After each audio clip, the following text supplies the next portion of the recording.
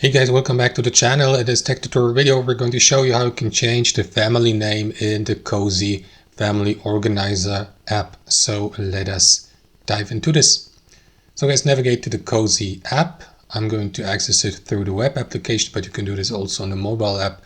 So log into your account and click into settings here on the left hand side. Inside your account settings, what you want to do is scroll down, and here under the family photo button you can add also family name. Like for example, I don't know, I'm going to use the name of this channel, Skillflow Tax Family, or fam, or something like that.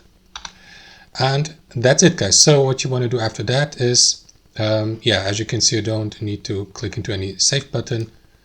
Just click over here and these changes are going to be saved automatically. That's how it works. Thanks for watching, hope you enjoyed it, got somebody from it, and we'll catch you later.